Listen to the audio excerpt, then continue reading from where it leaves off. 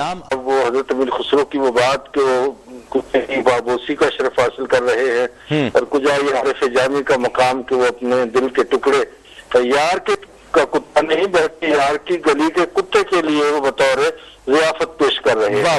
اس طرح کے جو انداز ہے عارف جامی کے ادب کا جو ایک خوبصورت پہلو ہمارے سامنے رکھتے ہیں ادب کا عارف جامی. صحیح. خالد صاحب جو خاص طور پہ ایک خود سپردگی کا عالم ان کی شاعری میں نظر آتا ہے اور تمنا جو تڑپ اور ایک جو ہمارے عصر حاضر میں ایک بحث ہو رہی ہے, ہم اس پر ابھی بات بھی کر رہے تھے اور مزید اس پر گفتگو کریں گے کہ عصر حاضر میں جو گفتگو اور بحث کا موضوع ہے کہ خالص نعت کیا ہے, حضور کے حسن و جمال کا, ان کے علم و کمالات کا تذکرہ, ان کے فضائل کا, ان کی سیرت, ان کی تعلیمات کا تذکرہ, یہ خالص نعت ہے.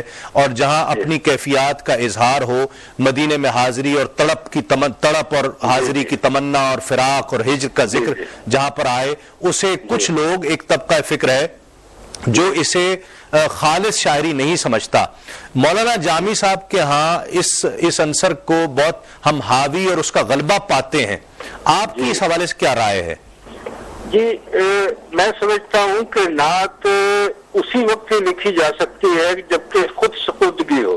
ٹھیک ہے. خود سپردگی کے بغیر تو نعت ہو ہی نہیں سکتی. ٹھیک ہے. اگر آپ کسی کی تعریف کر رہے ہیں, سرکار دو عالم صلی اللہ علیہ وسلم کی تعریف کر رہے ہیں اور پھر اپنے آپ کی کوئی حدود آپ متعین کریں, اپنی کوئی حیثیت متعین کریں, وہ تو کوئی نعت نہیں ہوگی. جب تک اپنے آپ کو مکمل طور پر سپرد نہیں کریں گے تو وہ تو نعت نہیں کہلائے گی. اب آپ دیکھیں ان کا جو یہ شعر ہے کہ چسو من گزر آ رہی منے مسکیز ناز آ رہی فدائے نقش نالینت کنم جائے یا رسول اللہ. سبحان اللہ, سبحان اللہ. تو انہوں نے سرکار کے وہ گزر جائیں گے اور ان کے نقش پا کا جو نشان ہے, جو نقش پا ہے سرکار کے قدموں کے نشانات, اس پہ اپنی جان قربان کریں. وہ تو اپنی حیثیت اس طرح سے سمجھتے ہیں کہ ہم جان تو اس کو یہ شرف بھی حاصل ہو جائے تو بہت بڑی بات, بڑی محبت بغیر تو نعت نہیں ہو سکتی. صحیح, بڑی محبت. خواجہ صاحب بہت شکریہ, بہت مہربانی. بہت ہی محترم شخصیت خواجہ غلام قطب الدین فریدی صاحب ہمارے ساتھ ٹیلی فون لائن پر تھے اور حضرت عبد الرحمن جامی رحمۃ اللہ علیہ کی شاعری کے حوالے سے اظہار خیال فرمایا آپ نے. ناظرین, عبد الرحمن جامی ان شعراء میں سے ایک کہ جو لاجواب بے مثال شاعری, دل جن کا روضہ رسول صلی اللہ علیہ وآلہ وسلم کی جالیوں کے سامنے رکھ دیا ہو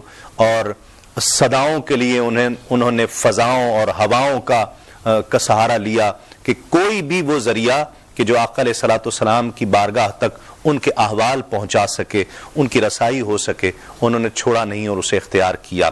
آپ نے ان کی بہت ہی معروف نعت نسیمہ جانب بتا گزر کن ز احوالم محمد را خبر کن یقیناً سن رکھی ہوگی. میں چاہوں گا کہ اسی نعت کے چند اشعار اب ذوالفقار علی پیش کریں. ذوالفقار بھائی, نسیمہ جانب بتا گزر کن پیش کرتا ہوں. نسیمہ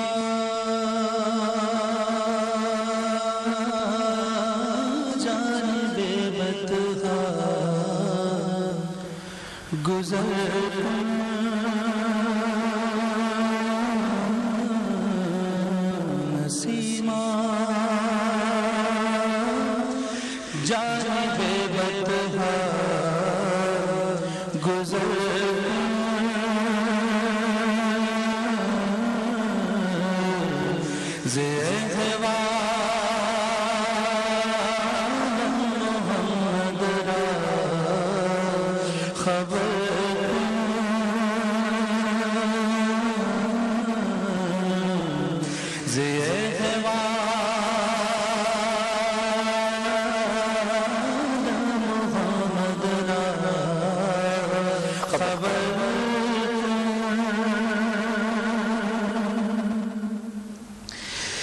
تو